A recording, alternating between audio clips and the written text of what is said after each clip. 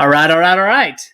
Welcome to another edition of Shabbat Lounge. This is Matt. And Jake here. Was I one short on all right? I don't Something know. wasn't right there. So I think it's all right.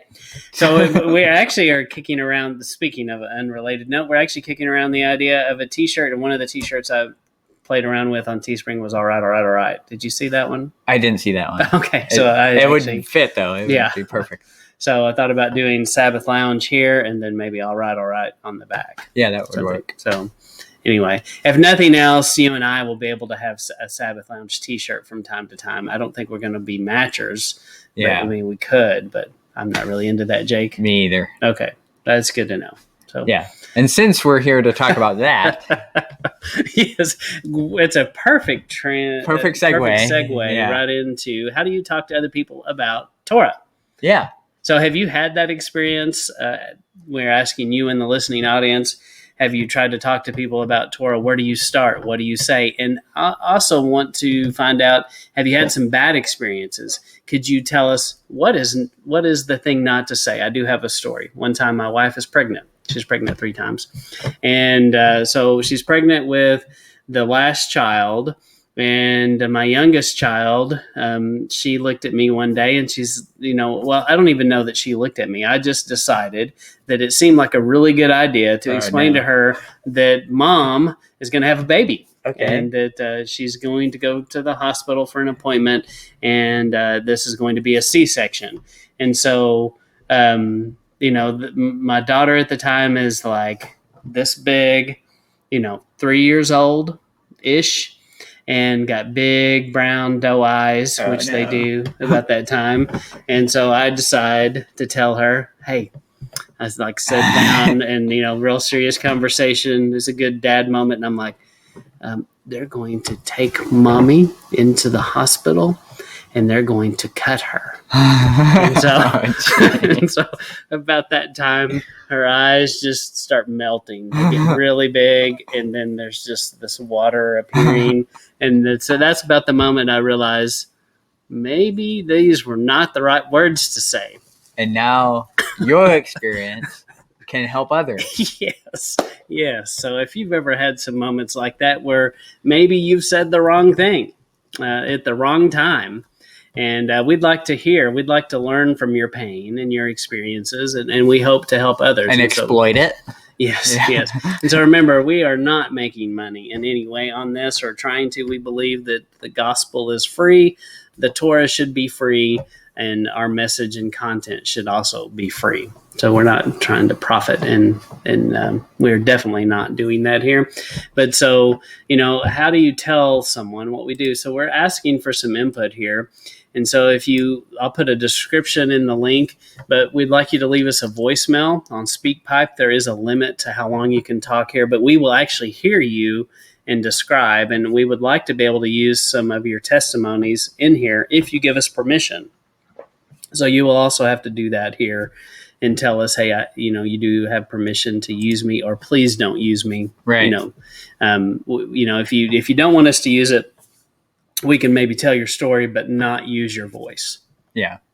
Well, names have been edited. Yes, we're not going to change your voice or anything like that. And then maybe, don't use your name. You don't have to use your name or anything. But we don't have fancy software like the news to change your voice. So. But yeah, the idea is we just want to hear what people are dealing with and what they're running into. I mean, we have our experiences of how we've tried to share what we do, and people ask questions, of course, because all of a sudden you're doing things a little different than you used to, maybe.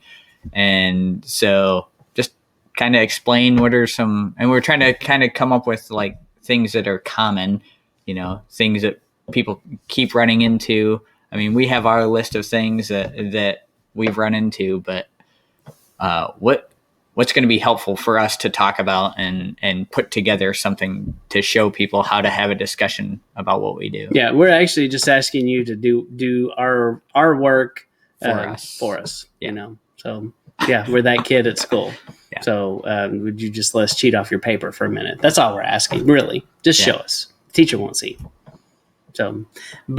So we are asking for some input, trying to make this more universal to help more people. And so you could also do this through writing. I will make both of these links available. And you can also sign up on our email list. We're not doing anything with that. We're not selling your name to the highest bidder. We're not giving this information. We don't even out. know how to do that. Yes, we're keep it simple. We're very simple here. So, but you could also do that in writing if it's something you wanted to write about as well. But we would like to use these experiences to kind of help us do a better job of doing Torah apologetics, because Jake and I have been talking about it, and there's a lot of people that want to be Torah terrorist, and some of us are really good at that, and some of us, we've all been there probably and done that and said some things, but we really are seeing that the fields are ripe and for harvest, and we want to try to figure out how do we start going out and maybe evangelizing more to the people, to the communities that we're in, and make a bigger impact, and even just our friends and family. How do we say things in such a way that gets an honest person to think about it? Yeah. Not just push all the info into their head. You don't just dump your bag of seed out and then walk away.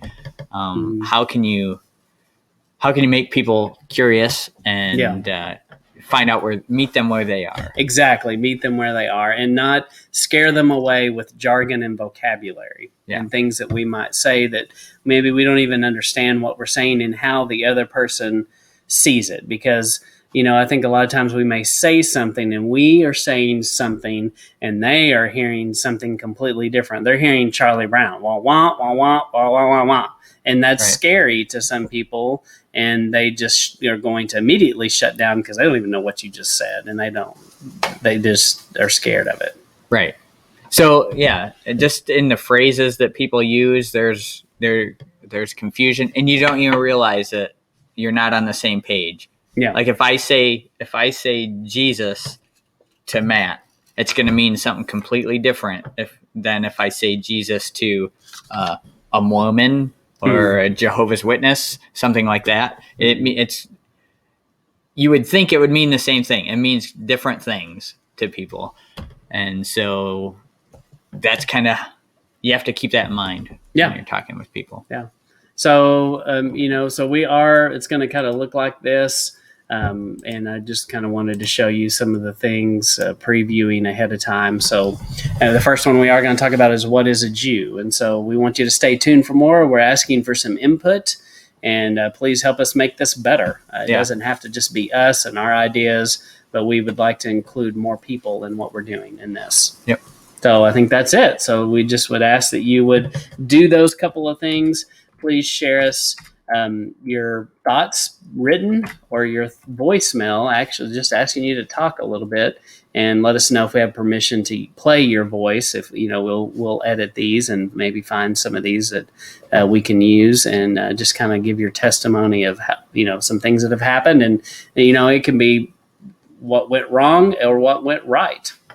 So we look forward to hearing from you, and stay tuned for more in our Torah Apologetics series. This is Matt and Jake signing off. Thank you.